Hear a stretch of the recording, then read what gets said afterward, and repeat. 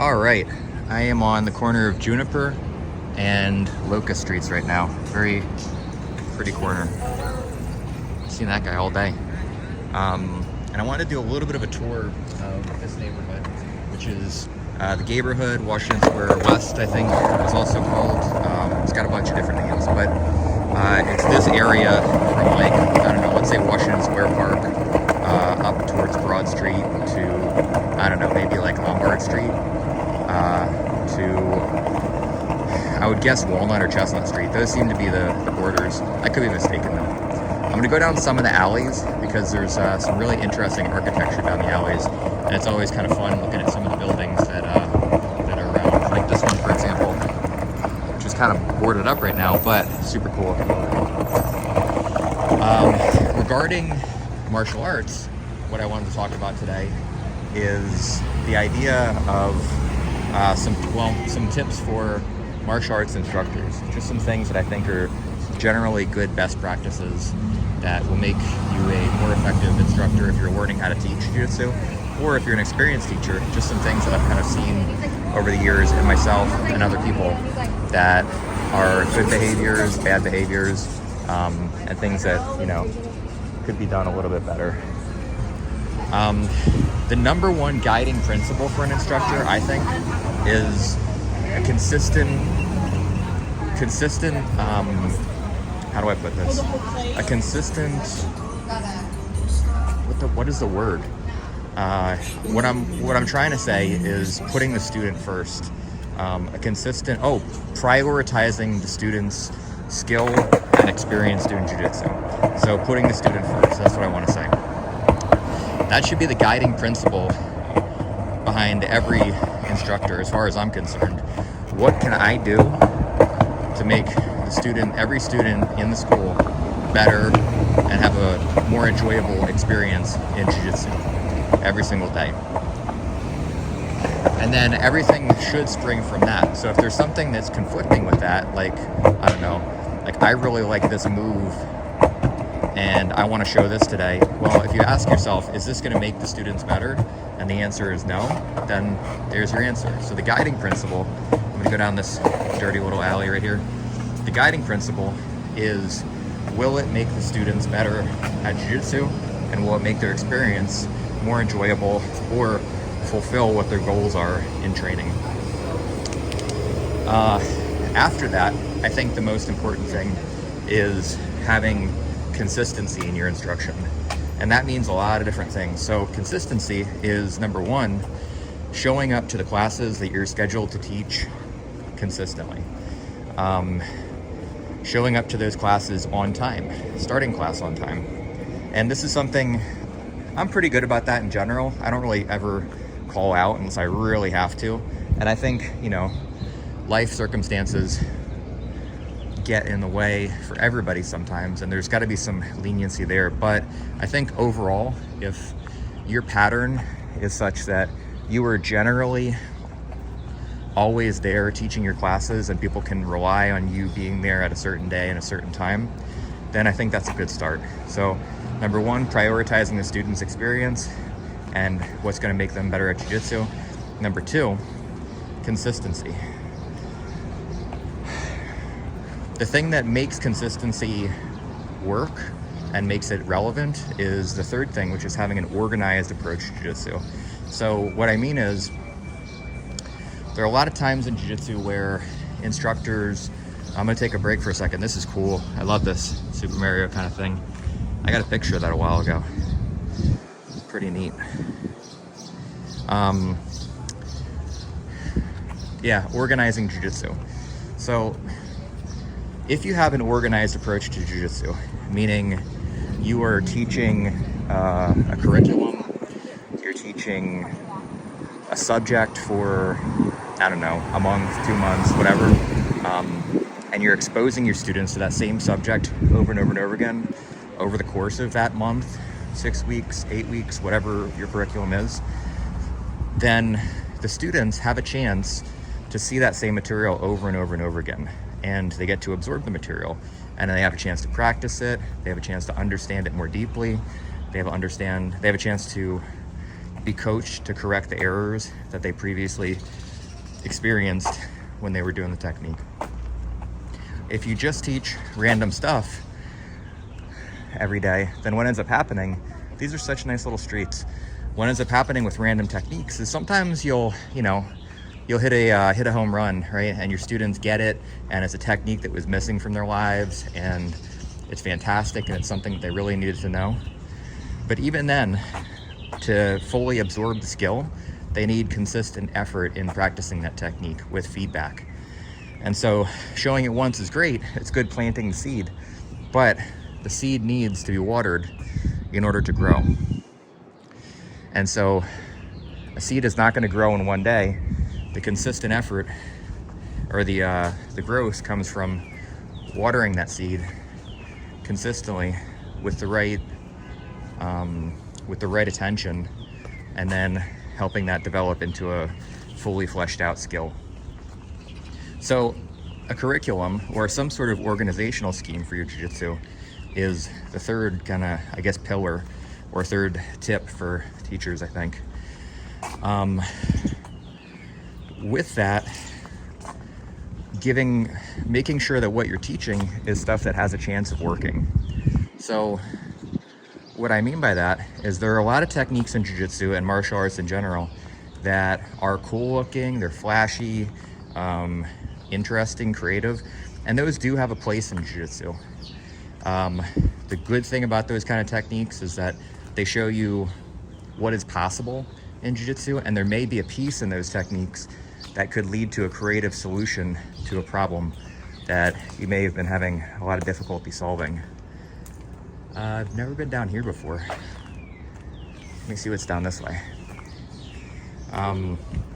But the downside to those techniques is if you present those techniques as high percentage, this works for me, that kind of stuff, then what ends up happening is if it's a wacky technique or something super flashy, you're selling it, but when your students try it, especially if it's not something that you're going to teach again over and over and over again and help them develop into a skill, then what's going to happen is they try it once, it fails, and if it's a flawed technique, it'll never have any chance of working. It's just low percentage, and it doesn't really go anywhere. It dies on the vine.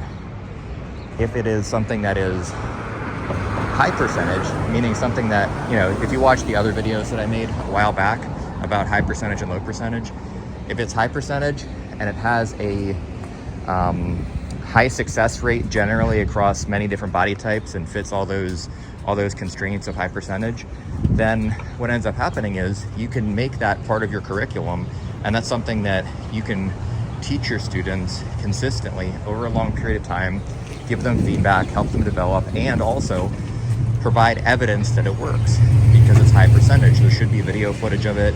There should be examples of it being used in all levels of competition or fighting or whatever it is that you're teaching. So it should be evidence-based, should be high percentage. Low percentage techniques have their place, but as far as stuff that you're teaching that makes the meat and potatoes of your teaching, I think 80% of what you teach at least should be high percentage stuff. Taught consistently and with the students' improvement as the priority always. So those three things right there. Another teaching tip, paying attention to the general problems that your students have executing the techniques. So what I mean is you want to try to get a sense of, actually, you know what? I'm going to go down this way. You want to try to get a sense of when you're doing the techniques. Like, let's say I teach standing up in base, for example. When I teach standing up in base, the most common errors that happen, are the people that I'm teaching don't step. If I'm putting my left hand on the mat as base, and stepping my left foot beyond my fingers, the most common thing when I teach it to beginners is that they don't step that left foot far enough outside of their left hand, right? So they don't have a stable base as they stand up. That sounds abstract. You might not be able to picture what I'm saying, but the point is that I'm aware of the most common errors in performance when I teach a certain technique a certain way, and then I modify my teaching each time to try and do a better and better job to avoid those errors. So Making sure that I observe when I teach this, what is the most common stuff that people do wrong. And then the next time I teach it, I try to factor that in so that my explanation makes it less and less likely that they're going to perform those errors. And so your teaching gets more succinct and your teaching gets more to the point and potent, so that you need fewer explanations, less time, and you can get straight to the point and get the job done and get people good at jiu-jitsu as quickly as possible. As far as another teaching tip goes, this is relevant to in-class teaching. How much you talk is important. So one thing that I notice with less experienced instructors and people that are kind of finding their jiu-jitsu sea legs is that they tend to talk a little bit too much when they're teaching. And this is something that I was super guilty of when I first started teaching. I wanted to show people that I understood jiu-jitsu, and I guess part of me wanted them to be impressed with my jiu-jitsu teaching. And so I thought that if I share more details and I tell them literally every single thing that I know about the techniques, that another mural, that they would be impressed and they would think that I know what I'm talking about, and that would gain me credibility. And the problem with that is that you end up with, teaching one technique and explaining it for 15, 16, 17 minutes, and people's attention starts wandering. They start cooling down, meaning that their bodies aren't warmed up for the practice anymore. And also they forget most of what you said. They'll remember maybe the last 2 or 3 minutes or 1 or 2 bullet points, but 17 minutes of talking, nobody remembers 17 minutes of detail. So the habit that I've gotten into is trying to teach maybe 2-3 minutes at most. And then if I want to give more advanced detail for the individual, then I'll go around to each person while they're doing the technique and instruct them individually. And that's actually better, because when you give 2 or 3 bullet points for a technique and then try and give more detailed instruction based on the experience level, you can teach to the individual and help each person get better instead of having sort of a scripted one-size-fits-all approach. If I'm teaching a purple belt how to escape from the mount with a elbow escape versus teaching a white belt, I'm going to teach them different level of detail, and they're going to deal with different problems when they're doing the technique. So it's important to individualize your approach, and it's also important to keep your instruction brief when you're talking to the group so that they get a lot of work time and gain a lot of experience with the techniques. So I think brevity is a super important thing too.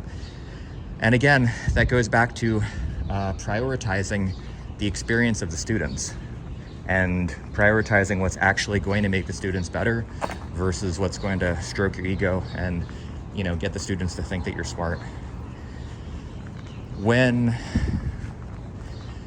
If we backtrack a little bit to that idea of prioritizing the students,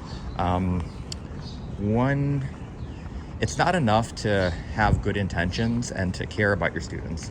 That's of course important, but you have to care about your students and you have to see if they're actually getting results in what you're teaching. Are they trying what you're teaching? Are they experiencing positive results, negative results? If they're experiencing negative results, trying to understand what the problem is and what they can do to get better results the next time they perform the technique.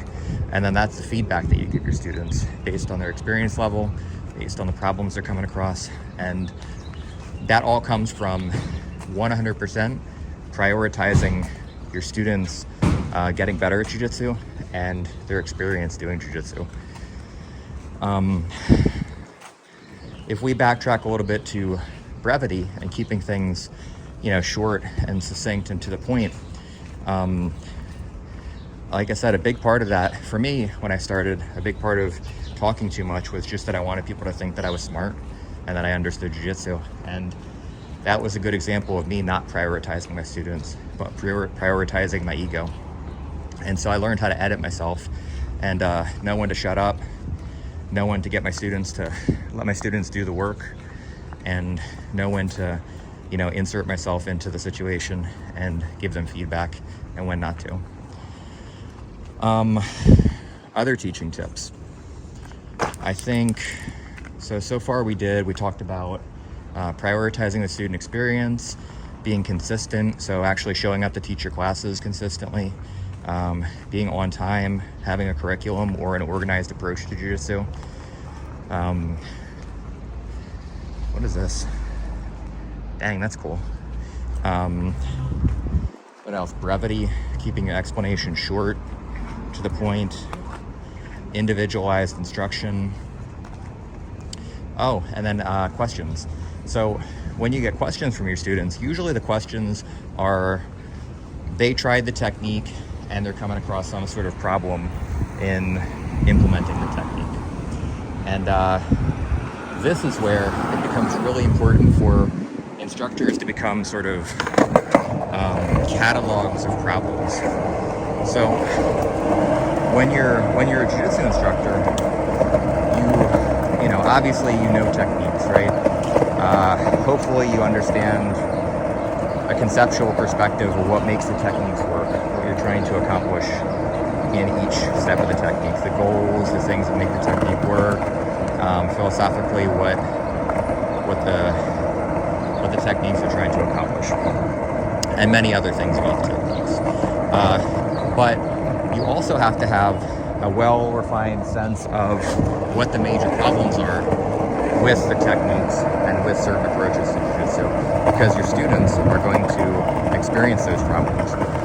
And it's helpful not just to have a sense of what the problems are, but what relevant solutions for the problems are. And so what that means is, let's say I'm teaching an elbow escape from the mount position in the gi. I know the steps of performing the technique. I know I have to turn to my side. I have to make sure my elbow is inside of my partner's thigh. I know I have to flatten my left knee to the mat, kneecap to the mat. I know the details. And then I also know what role those details serve, what problems they solve. The major problems of the elbow escape are with the gi on, somebody putting their hand in the collar, which prevents you from turning to your left, or their other hand in the collar, which prevents you from turning to the right. So a cross collar grip, one problem. Second problem, they hook your legs, which means that it's hard to elbow escape because your knee is not getting underneath their leg to slide out. Third problem, you try to turn and you turn too much and they take your back. Fourth problem, they slide to technical mount, etc., right? And then having solutions for those problems. So if they get their left hand in my cross collar grip, in my collar, and that prevents me from turning to my left side, how do I solve the problem? Well, maybe I turn to my right side, or maybe I have some way of framing inside of the collar grip and head slipping out of it, or some other thing that I can do to neutralize that grip. If the problem is that they go to technical mount, then how do I solve that problem in a sport jiu-jitsu context? Well, I put my back flat on the mat. So if they go to technical mount and I put my back flat on the mat, then they naturally go back to a double knees position. And then when they go back down to double knees, I try to elbow escape again. And they hook my legs, that's the third problem. And I flatten my legs out and leg pummel to get my left knee inside of their shin, pointing my kneecap to the ground so they can't rehook my legs. And so the goal is to not just understand the steps of the technique, how the technique works, conceptually also, but to understand the major problems that your students are likely to come across with the technique, and then having simple but potent answers for those problems so that you can help your students navigate past the issues that they're having. The other thing that this does is, if you do positional sparring in your classes, you can give constraints during the positional sparring which help train your students to navigate those problems. So for example, you can set the constraints. If you're doing elbow escape in class, you can set the constraints to, okay, person on bottom, you have to turn to your side and get your elbow and your knee together without your partner's leg in your hip, or you have to get one of your partner's thighs in between your thighs, even better, right? And then the person on top has to keep the person on bottom completely flat with both shoulder blades touching the mat. And that's the game, right? You can set the constraints like that. You can set the constraints to the person on top is only allowed to do submissions with collar chokes, or they have to get their heel in their partner's hip before they elbow escape. So going to technical mount before they elbow escape. You can set the constraints to emphasize certain skills that you want to highlight during the positional sparring. And that all comes from being, as an instructor, an encyclopedia of problems. And so in your own studying, when you try to become a better teacher, you want to try to always look for, when you teach a technique or a system or anything in jiu-jitsu, a position, you want to try to red team it. Meaning you want to try to, if I'm teaching elbow escape from bottom of the mount and I were fighting myself, how would I stop myself from elbow escaping from the mount? How would I shut myself down? How would I poke holes in the technique? And then when you can poke holes in your own technique, then you can start to try to find solutions to bulletproof against those holes that you poked in your own technique. And then you also study, well, when I watch competition footage, how do high-level sport jiu-jitsu practitioners poke holes in this technique? When I watch people during open mat, what are the most common ways that my students poke holes in each other's technique when they try to do this? And so you're constantly studying the major problems that you come across and trying to find solutions for those problems, and then trying to organize those problems and solutions into simple, streamlined, and straightforward lesson plans that you can then teach to your students. This is pretty cool right here. And it's all part of organizing your jiu-jitsu. So I guess that's sort of expanding on the organizing your jiu-jitsu thing, but it's really, it goes back to doing homework as an instructor on your own. I think an instructor should always be, like everybody says, you should always be trying to get better as an instructor, but it's really not very well defined what that means. And so to me, a clear goal as an instructor is I would like, in a perfect world, I would like to be able to just glance at a student and for them to instantly download a technique and to be able to perform that technique flawlessly against world-class black belt level resistance. Like that would be the most streamlined, imaginary thing. Like just, I look at you and you get it, and then you can win black belt IBJJF worlds with it, like instantly. And that's obviously like a completely imaginary scenario, but the idea is that every time I teach, I would like to try to find a way to use fewer and fewer words so that I'm choosing the best wording to get through to each and every student to get them to understand the technique and be able to perform the technique as quickly as possible, and to be able to build skill in that technique as quickly as possible. And so I think that's a good goal for instructors. So when you say, constantly striving to be a better instructor, I think that comes from setting a goal for yourself, right? I would like to be able to streamline the process of conveying information and helping my students build skill in that information to be just straight to the point with minimal effort on both parts to build a high level of skill, or to be able to get the most value out of their time when they're trying to learn and build skill in class. And then once you set your goal, then studying to be a better instructor becomes a lot simpler, because when you study, you're constantly looking for better verbiage, better wording, right? How can I say something a little bit better, a little more succinctly, using fewer words? What words do I choose? Do I say, I don't know, what cues do I use? For an elbow escape, do I tell my students to get the tip of their left elbow on the inside of their partner's right knee? Or do I give them some other cue that might be a little bit more effective? And little bit quicker than I did last time. And what were the things that my students had difficulty with the last time I explained this technique? And then how do I change my instruction in such a way that my students no longer experience that difficulty when I teach the technique? And how do I update my technique to be more potent technique, more high percentage technique that is going to give them the best possible chance of success when they're trying to execute the technique against people who are very skillful. And how do I study? What do I look for footage?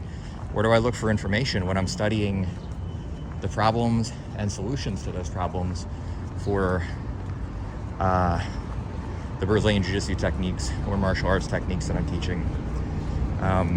Am I aware of current trends in Jiu-Jitsu that change the game? Am I aware, like for example, in Nogi, the playing the mount position has changed a lot because the skill level of leg lockers has gone up significantly in Jiu-Jitsu. So when I teach the mount position now, I teach it very differently than I did 10 years ago, because 10 years ago, the level of leg lock skill and knowledge was much lower than it currently is. So again, modifying my technique to factor that. And so trying to stay updated with what you're doing, staying updated with the current trends in Jiu-Jitsu, constantly studying Jiu-Jitsu technique, constantly studying better coaching methods, studying other sports to see how they solve some of these same problems that you're coming across as a coach, as an instructor. And, you know, again, just constantly reminding yourself that the number one goal is to get your students as skillful at Brazilian Jiu-Jitsu as possible in the shortest amount of time, while making sure that they're having an enjoyable experience and making sure that you are helping them accomplish the goals that they have set for themselves in Jiu-Jitsu. And the reason I mentioned the goal setting part is because when your goals as a competitive Jiu-Jitsu person will be probably very different than the goals of a recreational Jiu-Jitsu person. Doesn't mean that they do a different sport, but the way that they approach the sport will likely be very different. The way that they train, the way that they express the sport, the way that the techniques that they choose, all those things will be different depending on what your students' personal goals are. So I think it's important to factor that in too. What else? I think that's a good sort of summary of major things that I think are sort of good best practices for teaching in Brazilian Jiu-Jitsu and martial arts in general. I think as a Jiu-Jitsu instructor, something that's pretty important is having at least a passing knowledge of all aspects of Jiu-Jitsu. So if, for example, like how does like a self-defense aspect of Jiu-Jitsu, a sportive aspect of Jiu-Jitsu, gi sport, no gi sport, mixed martial arts, it doesn't mean you have to be a specialist in all those areas, but I think it is helpful as a professional instructor to have at least a general sense, maybe have a specialty. Like I feel that I'm a very, very good sport Jiu-Jitsu instructor, and then also having a passing knowledge of the other aspects of Jiu-Jitsu, so that if you have a student who has a primary goal of, eventually becoming an MMA fighter, at least you can competently help them reach a certain level of skill in that. Oh, actually the last thing I want to talk about is being honest in Jiu-Jitsu about what you do know and what you don't know. It's going to be inevitable that at some point in your Jiu-Jitsu instruction, you teach something, or you're trying to teach something, and you come across an area where you simply don't know what you're talking about, or you don't have a good understanding of it. And I think, the most important thing when you do that is being ready and willing to admit that this is something, you know what, I really don't know that much about this. Let me try to find out the answers for you. Or let's put our heads together and try to figure this out. And then bookmarking that as something that you're going to study later on. Well, anyway, that's my last point. I'm out of breath. I'm out of time. That is a Philadelphia, Old City, Philadelphia mural. I'm back at the Jiu-Jitsu company, which is my Jiu-Jitsu school. That's where I think everybody should train, but of course I'm highly biased. All right, hope you enjoyed that. Bye.